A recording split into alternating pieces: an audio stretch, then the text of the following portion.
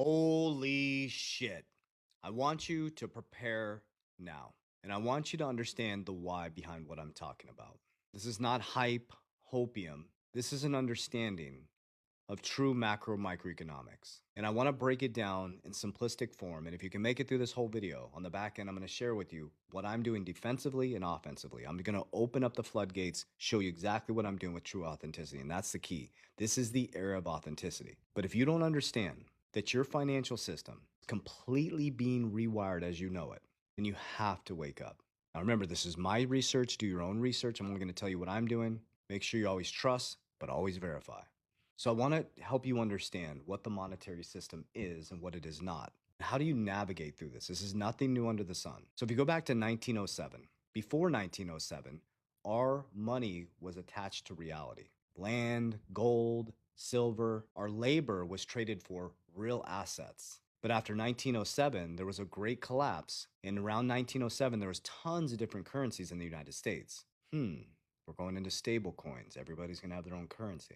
And then from 1907 to 1913, there was a group of bankers that got together, created what's called the Federal Reserve. You can go do your own research. I'm just going to share with you what they created, the Federal Reserve, which is not federal nor it is reserve.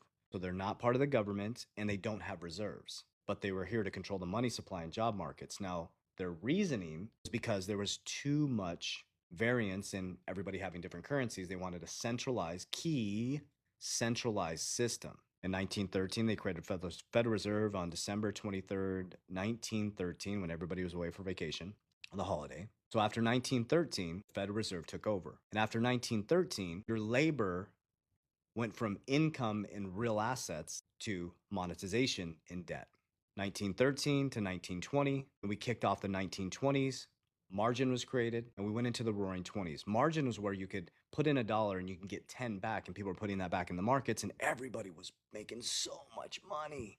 Remember, there was a centralized system. And around that time, I don't know the exact number, but there was only about 11,000 banks underneath the Federal Reserve. Many banks were not underneath the Federal Reserve. Well, the banks came collapsing down in 1929, going into 1930, went into the Great Depression after 1930. Now, in 1930, the Federal Reserve brought a bunch of banks underneath the Federal Reserve. Remember, they're a centralized system, key to where we're at now, that centralized the money supply. The difference between them and us is they have a printing machine, we don't. So our grandparents went through the Great Depression, destroyed them mentally, physically, and spiritually. That's where it all started. So went into World War II, and after World War II, Bretton Woods was created, the IMF, the Bank of International Settlements, and America became the world's reserve currency. So not only did they centralize the system within America, but we became the centralized federal system for the world.